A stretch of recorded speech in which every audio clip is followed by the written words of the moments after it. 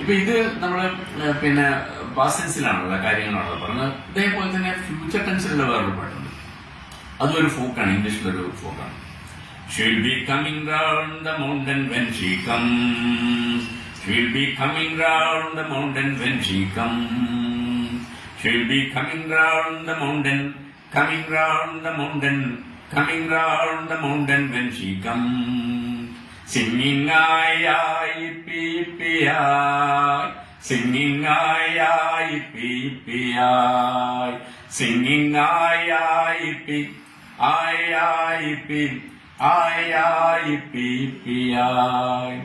She'll be driving 6 white horses when she comes.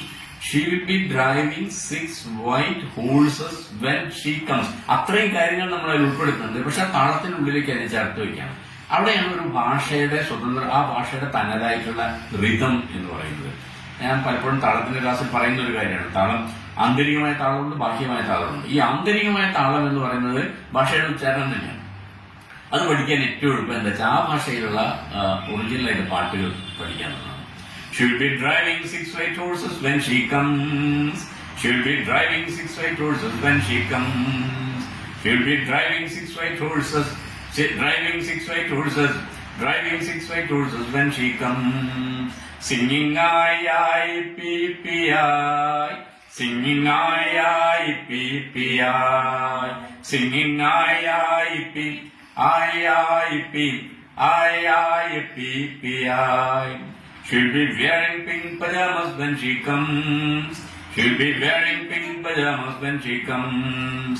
She'll be wearing pink pajamas, wearing pink pajamas, wearing pink pajamas when she comes. അവിടെ പറഞ്ഞ പജാമാസിനെ പറയുന്നുള്ളൂ. നമ്മൾ സാധാരണ പൈജാമ എന്നാണ് പറയാം. പക്ഷെ പജാമ എന്നാണ് ഉച്ചാരണം എന്നുള്ള കുട്ടിക്ക് മനസ്സിലാവും. ഈ പാട്ടിലൂടെ കുട്ടിക്ക് വേഗം മനസ്സിലാവും. Singing aye aye pee pee aye, singing aye aye pee pee aye, singing aye aye pee, aye aye pee, aye aye pee pee aye. ഇത്രയും പറയുന്ന സമയത്ത് നമ്മൾ ആരായി വരുന്നതെന്ന് വിചാരിക്കും. പക്ഷെ അടുത്ത വരി കേൾക്കുമ്പോൾ നമുക്ക് മനസ്സിലാവും ഇത് ചെറിയ കുട്ടിയാണ്. She will have to sleep with grandma when she comes. She will have to sleep with grandma. അവൾക്ക് മുത്തശ്ശിയുടെ കൂടെ കിടക്കണം അവള് വന്നാൽ. അപ്പൊ അവള് ചെറിയൊരു കുട്ടിയാണ്, നമുക്ക് അപ്പോഴാണ് മനസ്സിലാവും. She will have to sleep with grandma when she comes.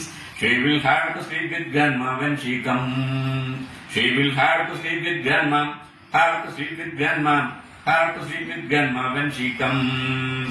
Singing aye aye pee pee aye, singing aye aye pee pee aye, singing aye aye pee, aye aye pee, aye aye pee pee aye. Singing aye aye pee pee aye, singing aye aye pee pee aye, singing aye aye pee, aye aye pee, aye aye pee pee aye. Singing aye aye pee, aye aye pee, aye aye pee pee aye.